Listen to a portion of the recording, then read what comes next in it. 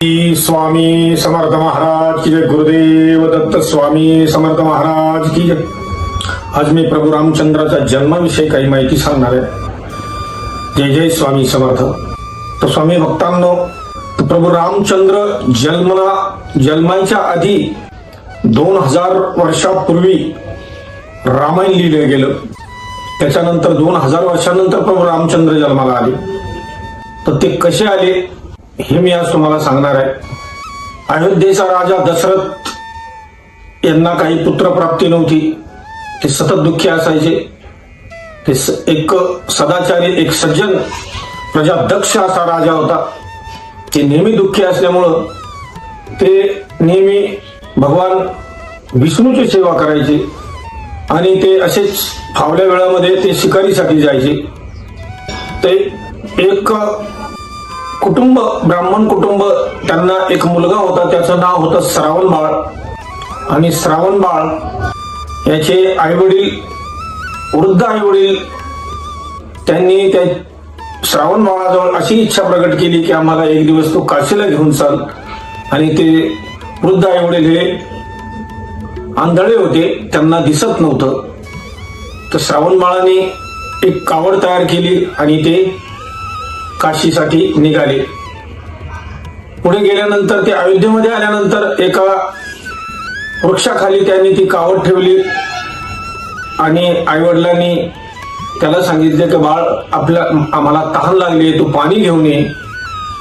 आणि अयोध्येचा राजा दशरथ हा शिकारीसाठी जंगलात आला होता आणि इकडून आईवडिलांनी बाळ श्रावणाला पाणी सांगितल्यामुळे तो घडा घेऊन एका सरोवराजवळ आला। आणि राजा दशरथ त्या सरोवराजवळ दाट झाडीमध्ये लपून बसले होते। त्या काहीतरी शिकारीसाठी येईल आणि मग मी त्याची शिकार करेल। आणि राजा दशरथ बाणामध्ये तीर लावून बसले होते त्या सरोवराच्या दिशेनं।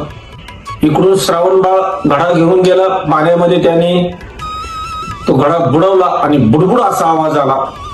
बुडबुड असा आवाज आल्यानंतर राजा दशरथाला वाटलं की इथे काहीतरी मोठा प्राणी आलेला आहे आणि त्या दिशेने त्यानं बाण सोडला। आणि बाण सोडल्यानंतर तो बाण सरळ बाळ श्रावणाच्या छातीत घुसला आणि आई ग असा आवाज त्या श्रावणबाळाच्या तोंडातून आला। नंतर दशरथ राजा खाली उतरला, म्हणला आई असा आवाज आला। त्या दिशेनं तो धावला आणि त्या श्रावण बाळाजवळ बघितलं तर त्याच्या छातीमध्ये बाण घुसलेला होता। आणि श्रावण बाळ हा खूप विवळत होता, त्रास त्यांना होत होता। आणि श्रावण बाळ दशरथ राजाला म्हटले, हे राजा दशरथ, म्हणजे माझे आई वडील खूप त्यांना तहान लागलेली आहे, म्हणे एवढा फक्त घडा तू त्यांना दे, त्यांना तू तेवढं पाणी पाच। श्रावण बाळ गतप्राण झाला।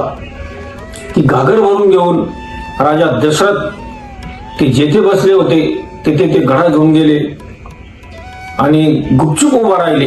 गुपचूप उभा राहिल्यानंतर तर श्रावणाचे आईवडील म्हणते, बाळ तू बोलत का नाहीयेस, म्हणे आमचं काही चुकलं काय? तर राजा दशरथाला खूप दुःख झालं।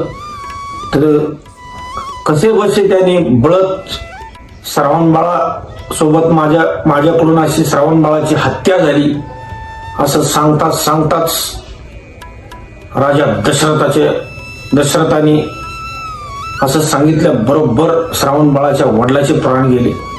तर असं आईच्या कानावर पडल्यानंतर त्या आईने राजा दशरथाला असा शाप दिला की तू सुद्धा, आम्ही जसे पुत्रवियोगाने मरत आहोत तसा तूही सुद्धा मारताना पुत्रवियोगाने मरशील। आणि राजाला एकीकडं असा शाप दिल्यानंतर राजा दशरथाला तर एकही पुत्र नव्हता आणि त्या ब्राह्मणाच्या शापाने एकीकडे दुःख झालं, एकीकडे आनंद पण झाला। पुढे राजा दशरथाला त्या शापामुळे 4 पुत्र प्राप्त झाले। 4 पुत्र झाल्यानंतर पहिला राम, लक्ष्मण, भरत आणि शत्रुघ्न अशी 4 पुत्र झाली। ते राम जन्माला आल्यानंतर परत रामायण लिहिलं गेलं। तर रामायण कोणी लिहिलं ते मी परत तुम्हाला सांगणार आहे। पहिलं रामायण वाल्मिक ऋषींनी लिहिलं आता हे दुसरं रामायण कुणी लिहिलंय हे मी तुम्हाला सांगणार आहे. स्वामी भक्तांनो, जय जय स्वामी समर्थ, जय जय स्वामी समर्थ. माझ्या चॅनलला सबस्क्राईब करा, आवडलं असेल तर लाईक करा. जय जय स्वामी समर्थ, जय जय स्वामी. भिऊ नको